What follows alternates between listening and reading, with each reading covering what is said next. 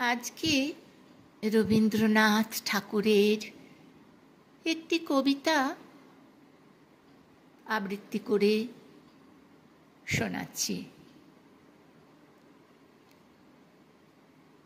কবিতার নাম ছুটির আয়োজন। কাছে এলো পূজার ছুটি, রোদ্দুরে লেগেছে চাঁপা ফুলের রং। হাওয়া উঠছে শিশিরে শিরশিরিয়ে, শিউলির গন্ধ এসে লাগে যেন কার ঠান্ডা হাতের কোমল সেবা। আকাশের কোণে কোণে সাদা মেঘের আলস্য দেখে মন লাগে না কাজে। মাস্টার মশাই পড়িয়ে চলেন পাথুরে কয়লার আদিম কথা। ছেলেটা বেঞ্চিতে পা দোলায়, ছবি দেখে আপন মনে। কমল দিঘির ফাটল ধরা ঘাট আর ভঞ্জদের পাঁচিল ঘাসা আতা গাছের ফলে ভরা ডাল।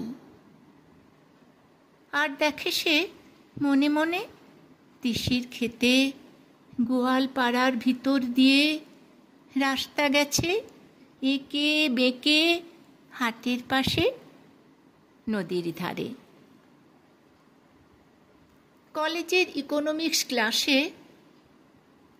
খাতায় ফর্দ নিচ্ছে টুকে, চশমা চোখে মেডেল পাওয়া ছাত্র। হালের লেখা কোন উপন্যাস কিনতে হবে, ধারে মিলবে কোন দোকানে। মনে রেখো পাড়ের শাড়ি, সোনায় জড়ানো শাঁখা, দিল্লির কাজ করা লাল মখমলের চটি, আর চাই রেশমে বাঁধাই করা অ্যান্টিক কাগজে ছাপা কবিতার বই। এখনো তার নাম মনে পড়ছে না। ভবানীপুরের তেতলা বাড়িতে আলাপ চলছে সরু মোটা গলায়।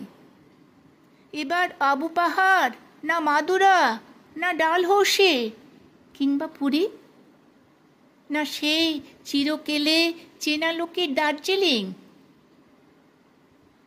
আর দেখছি সামনে দিয়ে স্টেশনে যাবার রাঙা রাস্তায় শহরের দাদন দেওয়া দড়ি বাঁধা ছাগলছানা 5টা 6টা করে।